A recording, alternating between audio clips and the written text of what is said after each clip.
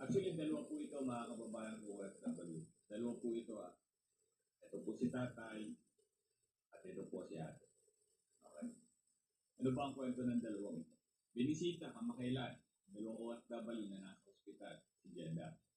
Itago na natin si Kuya sa pangalang Alano at si ate naman ay si Maring Jessica. Maring Jessica. Ito si Paring Alano. Si Alano ay dinala ng employer sa ospital. Siyam na buwan nakakaraan dahil na-stroke ito. At hanggang ngayon ay mahina pa. Subalit nagsabi ang ospital na pwede na daw siya makabiyahe Pilipinas pero dapat merong medical escort. Bando na daw siya ng kanyang employer kaya lumobo ang hospital fees na humigit 488,000 riyal. Si Alano po ay taga Lanao del Norte.